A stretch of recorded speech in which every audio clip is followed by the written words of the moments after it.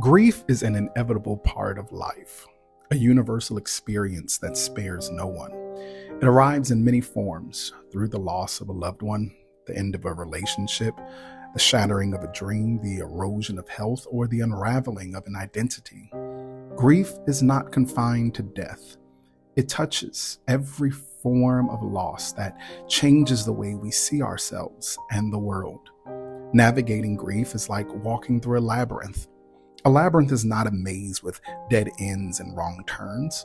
It's a single winding path leading to the center and back out again. It may twist and double back on itself, but there is always a way forward.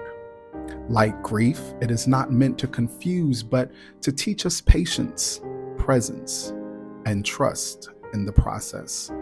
There is chaos in times of loss, and grief brings about this chaos.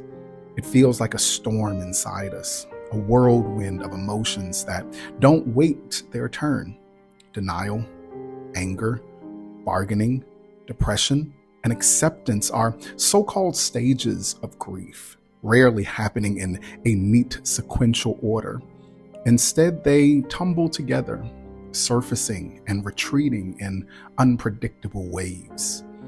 One moment we might feel numb and detached. The next, anger erupts seemingly out of nowhere. Sadness washes over us. And then, inexplicably, we laugh at a memory or a joke. Grief does not follow a script. It is as unique as the individual experiencing it. In the midst of this emotional chaos, there is an invitation to pause. This is what we call the sacred pause. The sacred pause is a spiritual practice that calls us to stop, breathe, and sit with what is present. It doesn't ask us to fix or fight our emotions, but to honor them. This stillness can be challenging in a culture that prizes productivity and quick fixes, but it is in the pause that healing begins. Imagine standing at the center of a labyrinth. You've walked the winding path to get there, encountering moments of confusion, frustration, and fatigue along the way. But now in the center, you stop. You breathe. You let the stillness hold you.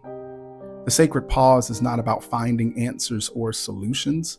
It's about finding yourself amid the storm. It's a moment of surrender, not to despair, but to be present.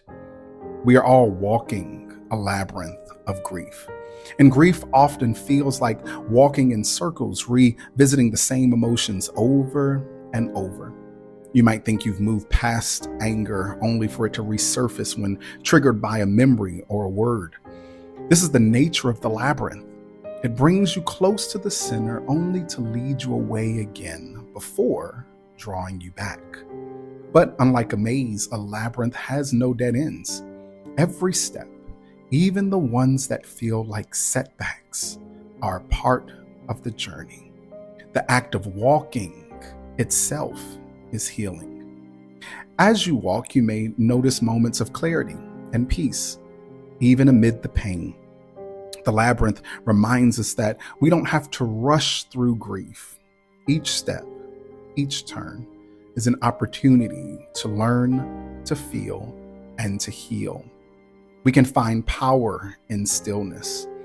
In a world that often urges us to move on or stay strong, stillness can feel radical. But there is immense power in pausing, in choosing presence over distraction. Stillness allows us to listen to our hearts, our bodies, and even to the grief itself. It allows us to hear what we need: rest, connection, solitude, or simply time.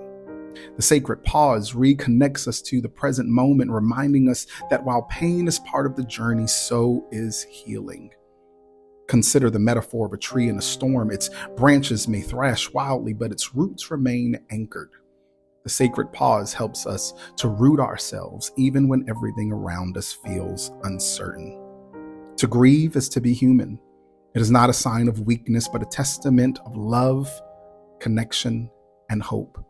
The emotions that accompany grief, sadness, anger, confusion, even guilt, are all valid. They are not obstacles to overcome, but messages to be acknowledged. The labyrinth teaches us that there is no right way to grieve. Some people may walk swiftly, eager to reach the center. Others may pause frequently, overwhelmed by the journey. Neither path is better or worse. Each is simply a reflection of the individual walking. So I encourage you today to keep walking. If you find yourself in the labyrinth of loss, remember this: keep walking. When the path feels too heavy, pause, take a breath.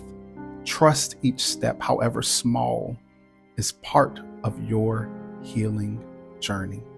The labyrinth does not ask us to forget our losses, but to carry them with us in new ways. It transforms our grief into something meaningful, weaving it into the fabric of our lives.